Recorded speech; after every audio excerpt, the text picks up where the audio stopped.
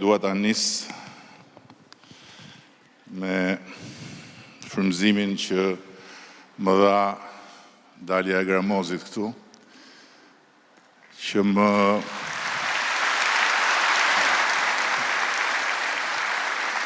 më kujtoi një fjalë të legjendarit Fate Velaj, i cili kur u bë deputet i Partisë Socialiste, mbas sa kohësh tha,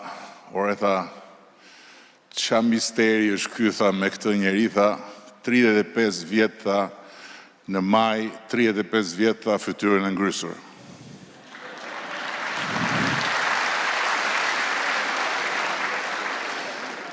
I thash unë, si e shpjegon ti, ky duhet jetë një profesion më vete, tha, se ne u meruam, tha, duke qeshur, tha, po nuk në ndjek njeri nga mbrapa si që ndjekin këtë, tha.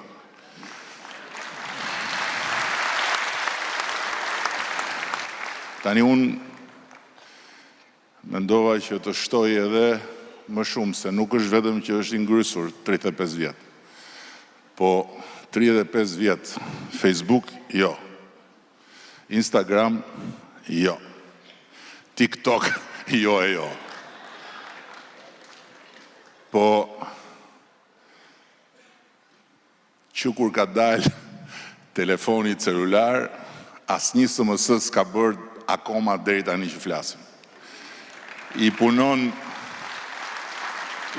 telefoni vetëm në marrje. SMS-ve. Tani, plus kësaj, 35 vjet, intervista në media ka dhënë 3.5, 3,5, do të thënë. Si shpjegohet kjo? Në fakt, kjo e ka shpjegimin tek telefoni. Sepse askush nga ne nuk ka në telefon të gjitha kontaktet që ka Gramozi nga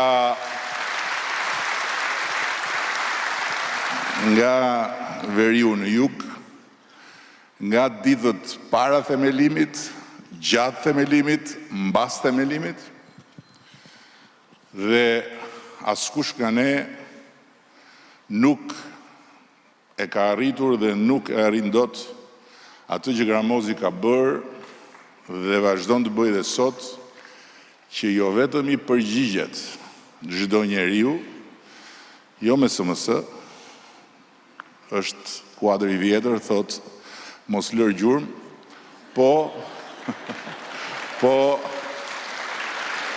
me telefon, një për një, ata shkruajnë, Gramozi përgjigjet. Jo vetëm kaq, po të mbledhësh rrugët e Gramozit për vaki, në radhë parë për vaki, për ngushëllime, e për dasma, e për pagëzime, janë të panumërt. Pra, ajo që Fate Velaj nuk e kuptonte dot dhe që shumë kush nga ata që nuk e din se si funksionon Gramozi me fytyrën e tij të vrejtur, është që në fakt Gramozi është krye patronazhisti i Partisë Socialiste.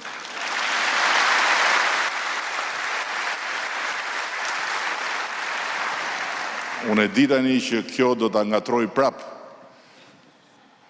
opozitën dhe do t'i ngatroj prap të gjithë ata që e mendojnë sistemin e patronazhimit si një sistem agjenturor i Partisë Socialiste, se Gramozi nga fytyra e ngrysur ka dhe atë hijen e krye agentit, por nga Gramozi unë dua të kaloj tek ata që askush si përmendi, se të gjithë thonë socialistët kështu në tërësi, por që janë arsyeja bazë e të gjitha sukseseve tona elektorale, që janë patronazhistët e Partisë Socialiste.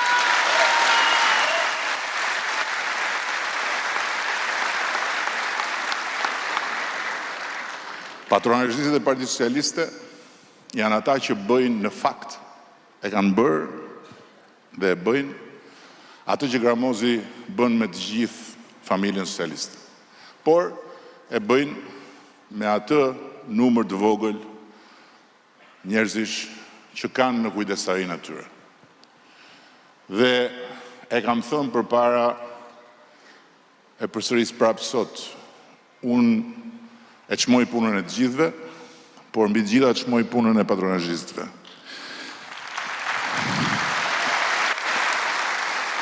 E di shumë mirë që do të thotë ti je kryetar organizate, e di shumë mirë që do të thotë ti je antar organizate, por mund të jesh kryetar organizate dhe mund mos kesh vlerën që ka një patronazhist. Mund të jesh antar organizate në letra, po se ke kur vlerën që ka një patronazhist. Patronazhistët janë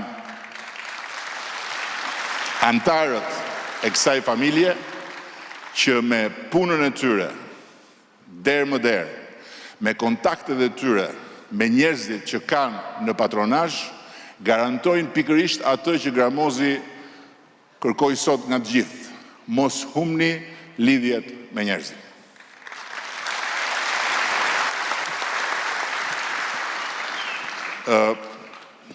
Përtej kësaj, unë dua të bëj dhe një dy reflektime lidhur me çfarë u tha këtu dhe me çfarë është thënë gjatë këtyre takimeve dhe me çfarë thuhet apo nuk thuhet mjaftueshëm për Partinë Socialiste.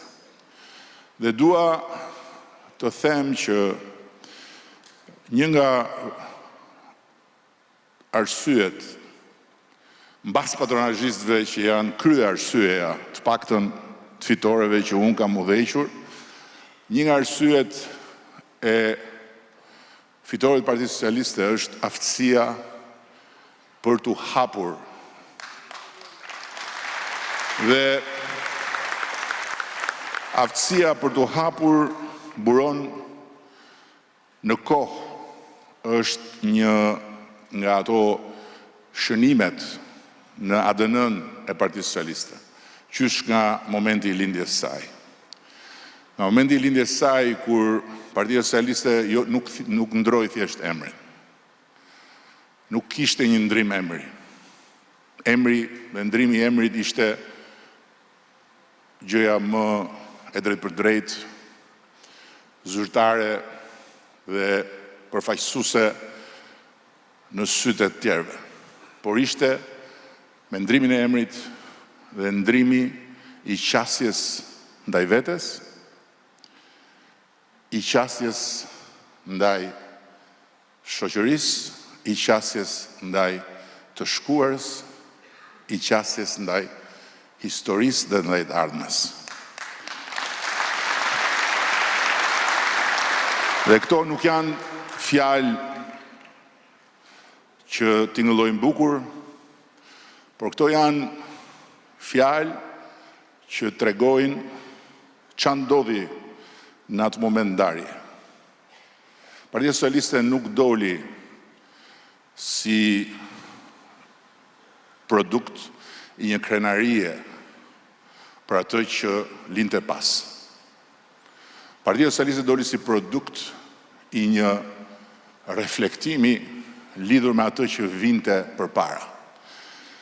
Dhe për këtë arsye, asnjë parti tjetër e krijuar në Shqipëri, lëre ata Hoxha-Bonxhot, që me demek janë akoma kundërshtarët tanë, po asnjë parti tjetër e krijuar në Shqipëri, as partitë më të reja, nuk e kanë dot atë që ka Partia Socialiste në ADN-n e vetë, që vjen nga ajo ditë,